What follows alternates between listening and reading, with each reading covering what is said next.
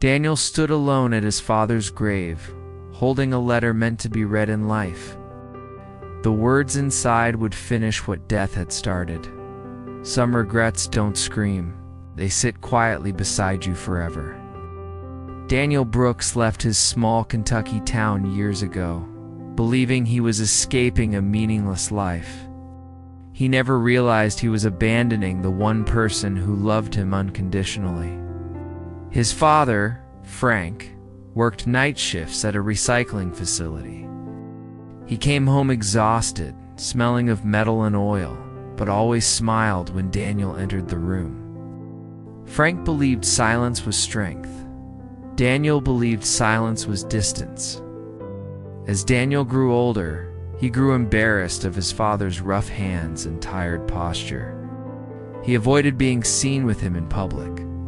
Frank noticed the change but never mentioned it. He believed love meant letting go when necessary. When Daniel moved to California for a high-paying job, Frank helped load the car. He slipped an envelope into Daniel's bag without saying a word. Daniel never noticed. Calls from Frank came every Sunday evening. Daniel answered when convenient and rushed the rest. Frank talked about weather, work, and memories Daniel no longer valued. He never asked why the calls felt one-sided. When Frank once said he missed him, Daniel stayed quiet. Silence became his answer. On a cold Thursday night, Frank called again. His voice was weaker, slower. He said he didn't feel well and just wanted to hear Daniel's voice. Daniel declined the call and muted his phone. He told himself he would call back in the morning. Morning never came. Frank died alone at his kitchen table before sunrise. His phone rested beside a glass of water and an unsent message. The sheriff's call shattered Daniel's world with calm professionalism. Death doesn't explain, it informs. Daniel flew home numb. Grief had not arrived yet. The funeral was small and quiet. Frank had spent his life working, not collecting people. Daniel stood beside the coffin, unable to cry. Regret hadn't reached him yet. He whispered apologies into the air. The casket stayed silent. After the burial, Daniel returned to the empty house.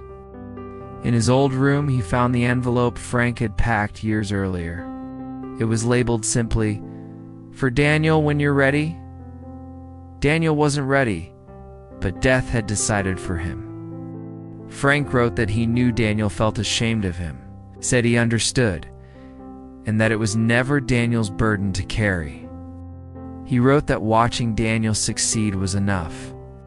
He apologized for not being the kind of father worth bragging about. The last paragraph read, "If I ever become a memory, I hope I was a kind one." Daniel dropped the letter. Daniel returned to the cemetery at sunset. The world felt disrespectfully alive around him. He knelt beside the grave and unfolded the letter with shaking hands. His voice cracked as he read it aloud. When he reached the final line, his knees gave out. The ground caught him before forgiveness could. Daniel cried until his chest hurt. The grave listened without response. He begged for one more call. The dirt offered nothing. In that moment, Daniel understood the truth.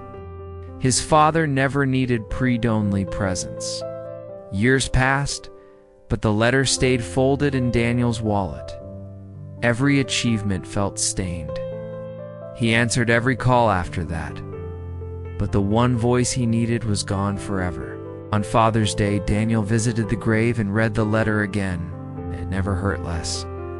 Moral of the story is love postponed becomes regret that never fades. When parents are gone, even words lose their meaning. If your father were gone tomorrow, what would you regret not saying today?